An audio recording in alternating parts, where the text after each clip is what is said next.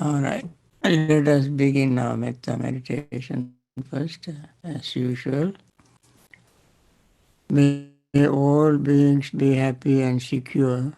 May all May all beings have beings have happy happy minds, minds, whatever whatever living living beings beings there there may may be, be, without without exception, exception, weak weak or or strong, strong, long, long, large, large, medium, medium, short, short, subtle subtle or or gross, gross, visible visible or or invisible, invisible, living living near near or or far, far, born or born or coming to coming to birth. birth. May May all all beings beings have have happy happy minds. minds. Let Let no no one one deceive deceive another, another, nor nor despise despise anyone anyone anywhere, anywhere, neither neither from from anger anger nor nor ill ill will, will, should should anyone anyone wish wish harm harm to to another, another. as As a a mother mother would would risk risk her her own own life life to to protect protect her her only only child, child, even even so so towards towards all all living living beings, beings, one one should should cultivate cultivate a a boundless boundless heart. heart. One One should should cultivate cultivate for for all all the the world world a a heart heart of of boundless boundless loving loving friendliness, friendliness, above, above, below, below, and and all all around, around, unobstructed, unobstructed, without without hate hate or or resentment, resentment, whether whether standing, standing, walking, walking, sitting, sitting, lying lying down, or down, or when you are whenever awake. awake. One One should should develop develop this this mindfulness. mindfulness. This This is is called called divinely living living here, here, not not falling falling into into erroneous erroneous views, views, but but virtuous virtuous and and endowed endowed with with vision, vision. Removing removing desires desire for for sensual sensual pleasures, pleasures. one One comes comes never never again again to to birth birth in the in the womb. womb. With this very noble, wholesome thought of goodwill, let us begin our practice. Let us focus our mind on our breathing. As usual, breathe normally until your lungs are full and breathe out normally until the lungs are empty of fresh air.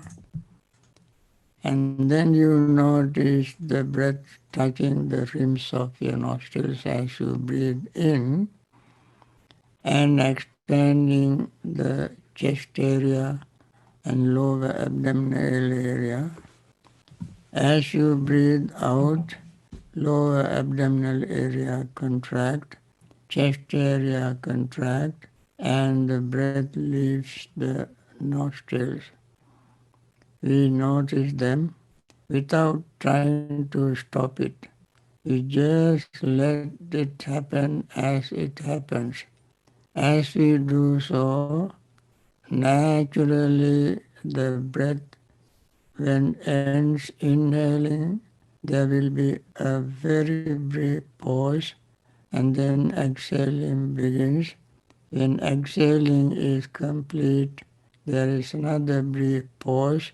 None of them will try to exaggerate or widen or hold the breath on any of these very tiny pause, but let them happen. They happen so quickly, naturally.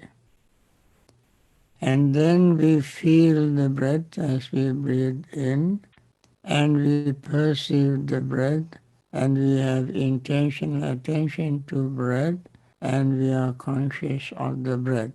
And this will change as we breathe out.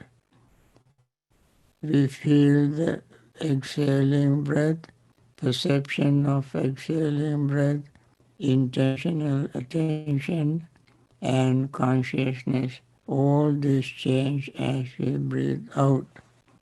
And then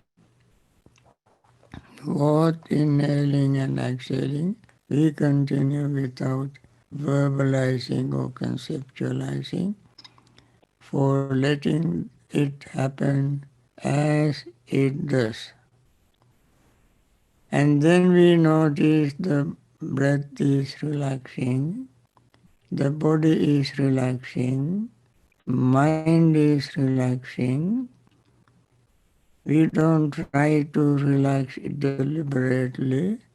All we do deliberately is keeping our mindfulness without greed, hatred, and delusion, maintaining mindfulness, being so simply aware of what is happening. And then what happens? Our greed or attachment to anything fades away. It happens naturally in this practice because we don't think of the past or the future or particular person, particular situation, event. We simply focus the mind on this wonderful universal common denominator, which is the breath. And then we notice we let go of any greed or clinging to anything. And then also we notice as the body and mind relax, there is no rigidity, uptightness, resentment. In that place, the metta feeling takes root. And we notice that. Also, we notice as we breathe in and out, we actually remember the purpose of our whole practice. In addition to our own mental development, we also want to wish those suffering person, suffering being. Knowing suffering being arises compassion. Then restlessness and worry fades away. And then arises a moment of joy, and sleepiness and drowsiness fade away. And then knowing and experiencing and seeing all this happening within us, our doubt fades away. There is no reason for us to doubt about anything because they all happens within us in our own grasp, within our own mind and body. And then joy turns into more relaxed and peaceful state, and happiness arises from there. When happiness arises, we gain concentration. What do we concentrate on? We concentrate on this reality of change, impermanence. It is not a person, not a thing, it is just an event. Changing, changing, changing, and changing itself dominates concentration. Meaning there is nothing to block our awareness, nothing to block this continuous flux, movements, appearing, disappearing, can never be blocked by anything because it really happens. It really happens. All we need is to be aware of it with the concentrated state of mind. Then we see whatever form, feeling, perception, thought, awareness arise, they also join and confluence with everything. They unite the events and they all pass, appear and disappear. This is a very wonderful experience of reality. This is called seeing things as they really are. Yatha Bhuta Jnana Darsana in Pali. With this, let us continue our practice.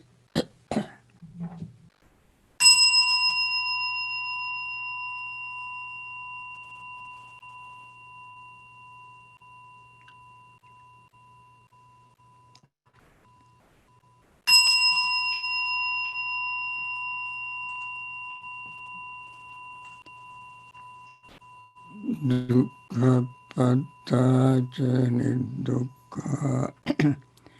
Bhayapatta ca nibbhaya Sokapatta ca nisoka Untu sabbe pipanino. May the suffering be free from suffering. May the fear-struck be free from fear. May the grieving be free from grief. So too may all beings be. With this very noble thought in mind, let us continue our talk. Day before yesterday, I talked on the seamstress. Her job is to join two things together, maybe a fabric or particularly fabric, joined together with a thread. Similarly, the desire, greed, joins two things together or even more things together. That is why the greed or desire is compared to moisture, which binds dry cement and sand together. When we pour water, we know this. And this is called Sangyojana. Sangyojana. Yojana is Sangyojana is binding. Sangyojana. The word we hear the word yoga, which also means binding someone, something with desire. There is another name for yoga, another meaning of yoga, which is the uniting concentration and mindfulness. When concentration and mindfulness join together, that also is called yoga. So one yoga is binding to samsara, other yoga is binding to binding concentration and mindfulness to liberate ourselves from samsara. So this yoga has wisdom. That is why Buddha said, yoga ve jayati bhuri. When concentration and mindfulness join together, wisdom arises. Yoga ve jayati bhuri. Concentration and mindfulness join together, wisdom arises. Why? There is no greed. When there is greed, that yoga binds individuals to samsara. The binding factor is very, very common between two persons, two things, two ideas, and all this binding has one common factor, that is desire.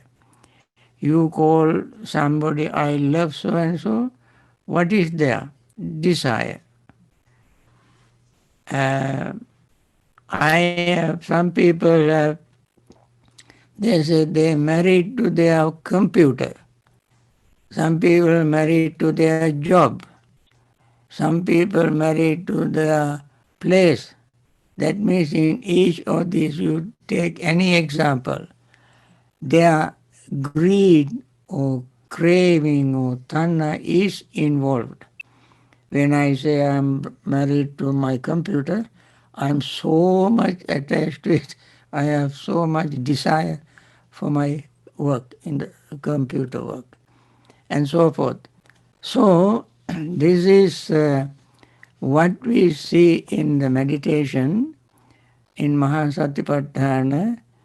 There is a section in Dhamma Anupassana, mindfulness of Dhamma. One section is called the meditator knows I, visual objects, and the Sangyojana. Joining factor these two. Chakkuncha pajanati, rupecha pajanati, yang tadubhayang patichupajiti Sangyojanam. The meditator knows the I, knows the visual object, and then there is a binding factor that is called Sangyojana. That Sangyojana is greed.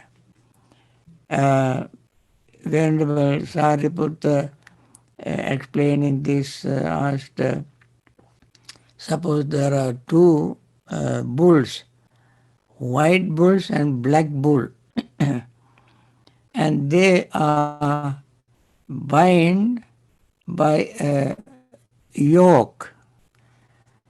If somebody asks, is the white bull a hindrance or fetter to black bull, or black bull is a fetter to white bull? So the answer is neither of them is binding, neither of them is Sangyojana. The Sangyojana is the yoke that these two bulls tie together. And therefore, the craving or tanha, its very nature is binding. No matter what other terms you use, how you try to explain it, its very nature is binding. So,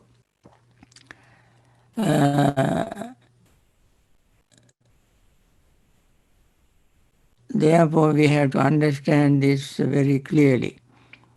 So, the Buddha in Mahanidana Sutta, we have been explaining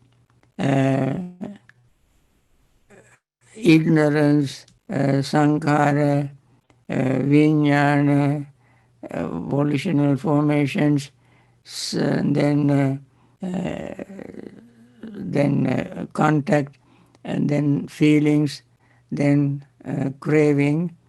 We have been explaining all these things. Now,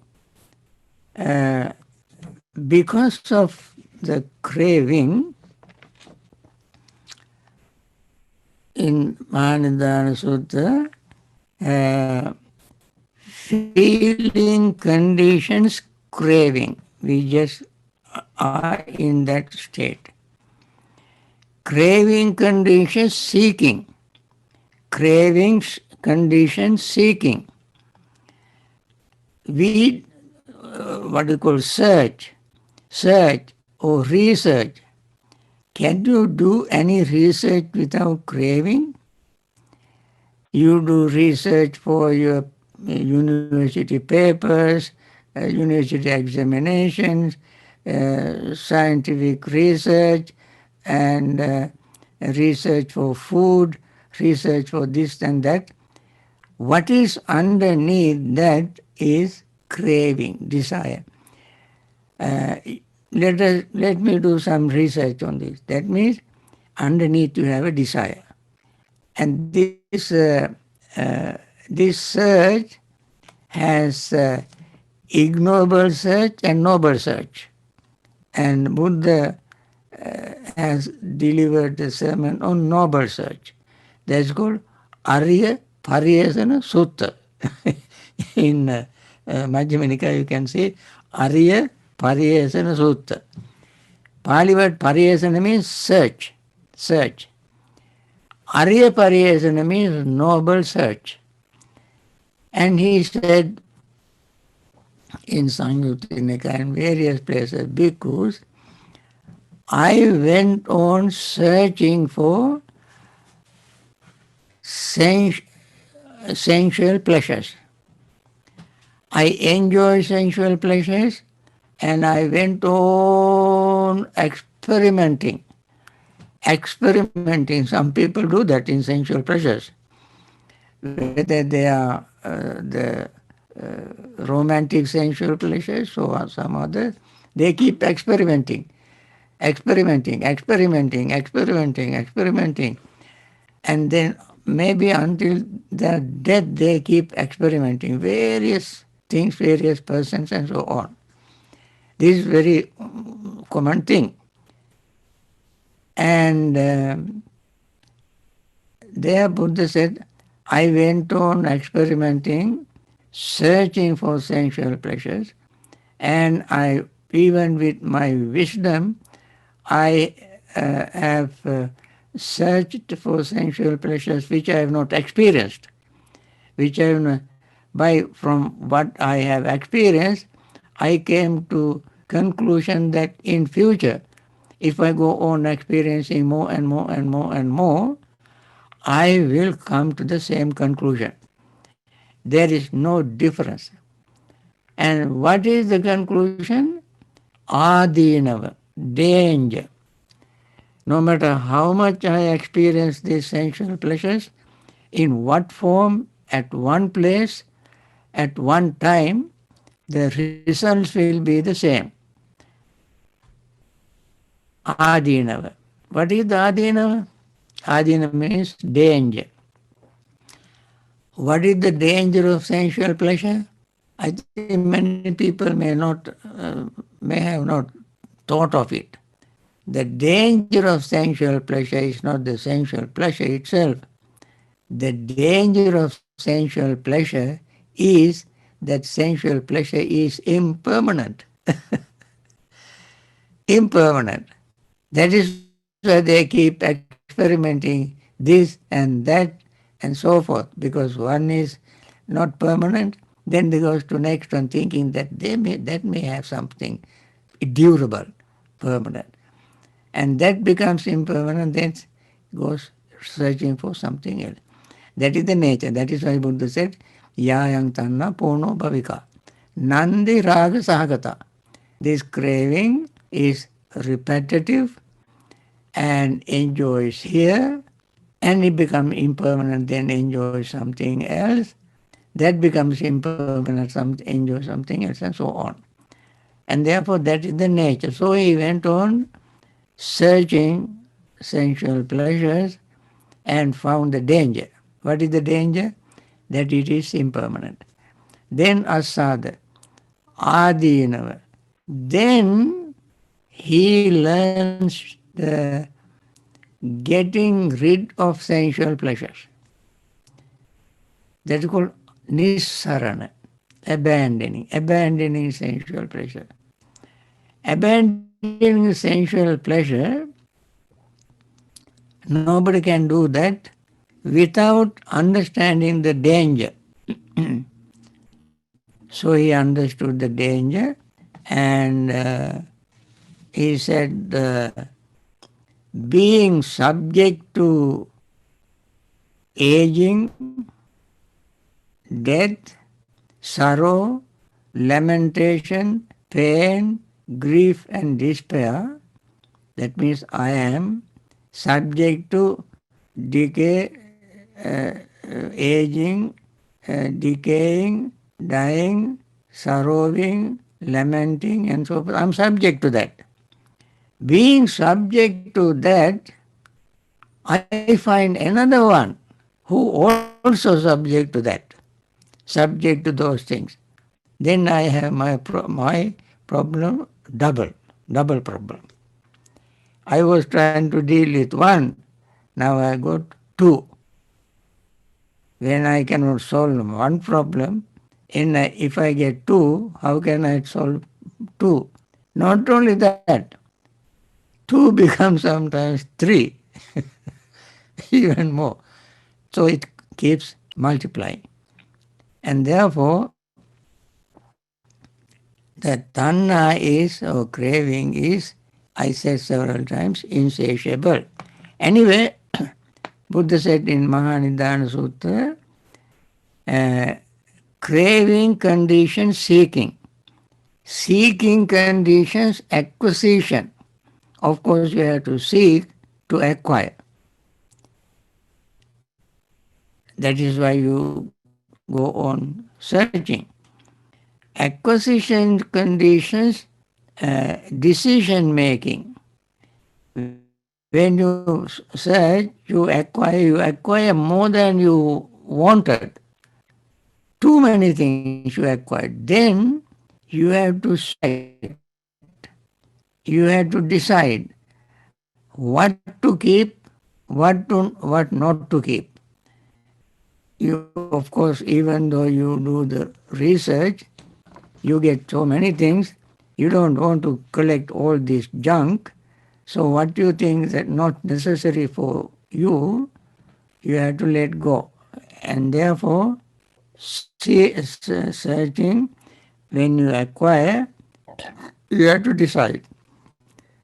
Uh, Decision making conditions, lustful desire. Okay. When you start with desire and acquire and decide and then you decide what to keep, then you have more desire to hold on to what you have.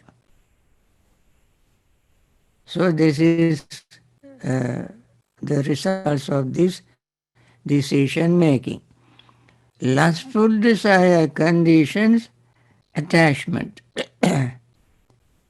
because you don't want somebody else to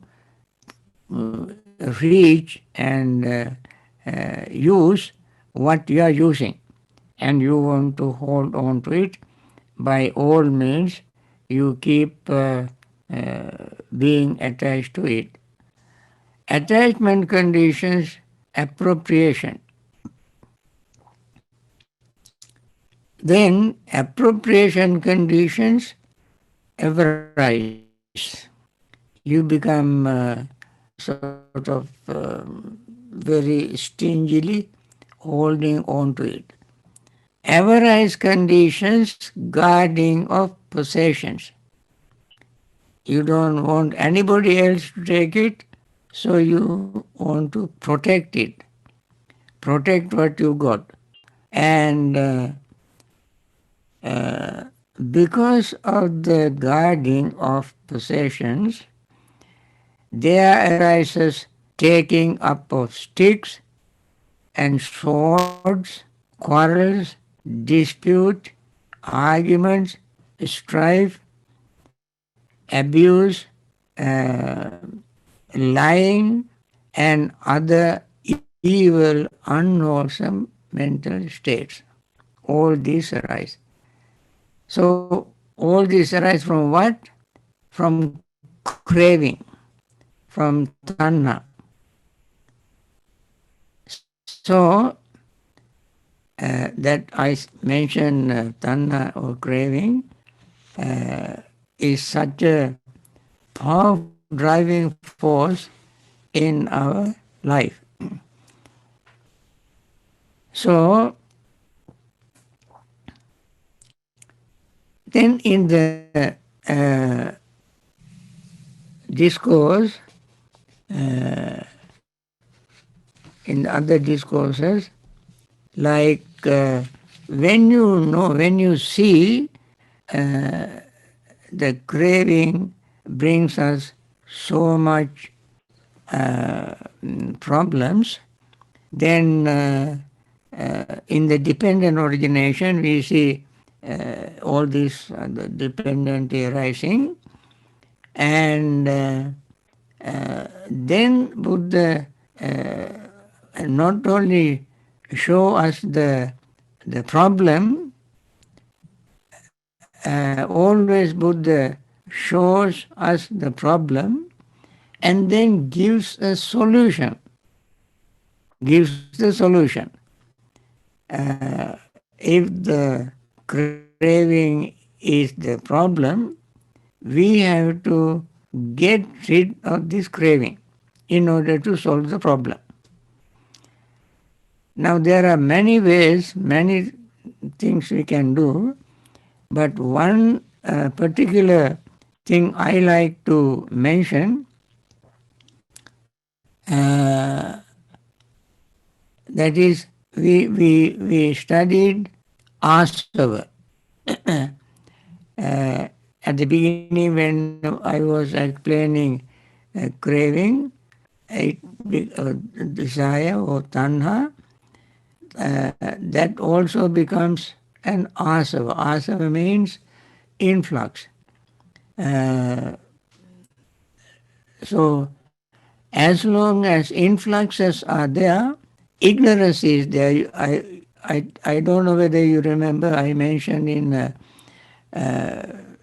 earlier, in my earlier talks, one of the talks, or even in several talks, I mentioned that in right understanding discourse called right view, Samma Ditti Sutta in Majjhima Nikaya, number 9, there we studied dependent origination in combination with Four Noble Truth. The, the, the cause of ignorance. What is the cause of ignorance? Cause of ignorance is influx, asava. So, asava samudaya, avijja samudaya, Buddha said. When influxes arises, ignorance arises. Then, what is the cause of influxes? Cause of influxes is ignorance. So, these are interdependently arising factors. When ignorance arises, influx arises. When influx arises, ignorance arises. So, when ignorance is there, influx is there. When influx is there, ignorance is there. And therefore, uh, Buddha gave a sermon to get rid of influxes called asava. That is called Sabba Asava Sutta. In Pali, Sabba Asava Sutta. You find that in Majjhima Nikaya, in the middle discourses, middle length discourses of the Buddha, Sutta number 2. It is so important because number 1 is very important, and then next to that is number 2 is also equally important. That is called Sabbasava Sutta. Discourse on all cankers, all influxes. Now, in that discourse, Buddha shows 7 ways of overcoming these influxes. That is, this craving appears in different name. Craving or tanha appears in a different name. Just like somebody uh, wants to do some devious things, dishonest things, and travel and so on, he would change the name and appear in different name. Mostly those criminals do that. Similarly, this craving criminal change her name from desire or desire to influx. But the component and the power is the same, influx. It is even more what you call inconspicuous, no, less clear, hiding, and that is called influx. And And therefore Buddha gave us a discourse called Sabbasava Sutta, where he outlined and explained 7 ways of getting rid of this influx. Number one of them is called Dassanena Patabba. Dassana means seeing. Overcome influx by seeing. Not seeing with our eyes, but seeing with wisdom. Where we see this, where can we find this influx? If I want to get rid of influx, I don't have to look at you. I want to look at it in myself. So I am trying to get rid of my influx, not my, it is just the influx that arises. I cannot claim the ownership of this influx. But when influxes arises in this mind, I must know how to get rid of it. So I must see the influx and the way to get rid of it. Dasana means seeing. Seeing, Buddha also mentioned there, this liberation is for one who can see and one who can know. One who knows and sees can overcome this influx. Not one who does not see and does not know can overcome this influx. So I must know and I must see with wisdom, wisdom eye. How can I see that? There are ways of thinking of the past. That is why actually in our meditation we recommend people not to think of the past. Because when we think of the past, all the influxes can flood our mind, and therefore put a cap to that influx first to continue to make the meditation practice more progressive, beneficial. So, how we unmindfully think of ourselves, have I been in the past? People ask, have I been in the past? How I have been in the past? What was I? From how was I? From what state to what state did I go? There, if one were to think in this way, what does one think of? Think of I. Have I been in the past? This I is not, the person doesn't think in conventional I, but the person think of permanent I, my soul, how this soul was in the past, what that was, how it was, where it went from there to there, from there, and so forth. The person will unmindfully think of the existence of soul or self in the past because of the attachment to self, desire the person has in the mind for self. Similarly, the person will think of the future. Shall I be? Shall I not be? How shall I be? Where shall I be? What shall I be? From that state to which state shall I go? Again, I. Also, the person will think of the present. Am I? What am I? Who am I? How am I? From where did I come here? Where shall I go from here? So in all these places, almost 16 places, the person puts a certain I 16 times. And therefore in each place, what you find is this asava, this desire, craving. As I mentioned 60 places earlier, you can get more. If you think, if you want, I can give you more. So I continue this on, I think, Tuesday.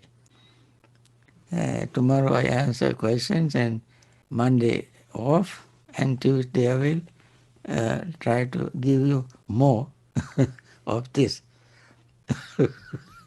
So, friends, I want to uh, stop this talk and thank you for joining. And also, I want to say the same metta wish. May all those who are suffering from this COVID-19, unfortunately, many people are still dying.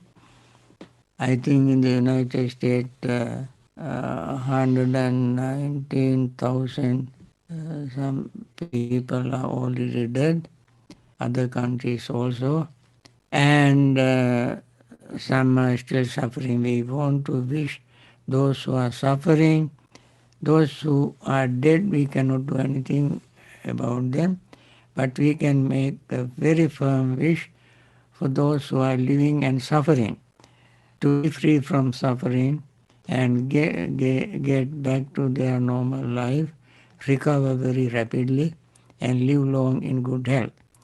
And there are so many others who are suffering, grieving, sorrowing, lamenting over the death of their loved ones, relatives, and friends, and so on. We want to wish them to be free from that sorrow, lamentation, and grief through the understanding of Dhamma, practicing meditation, and coming to the real grasp of the meaning of the Buddha's teaching. And may they return to their normal life and live long in very good health. And there are others who are trying to help those suffering patients, particularly doctors, nurses, and hospital staffs, those whoever facilitate them, they all do with very compassionate heart, understanding, and wisdom.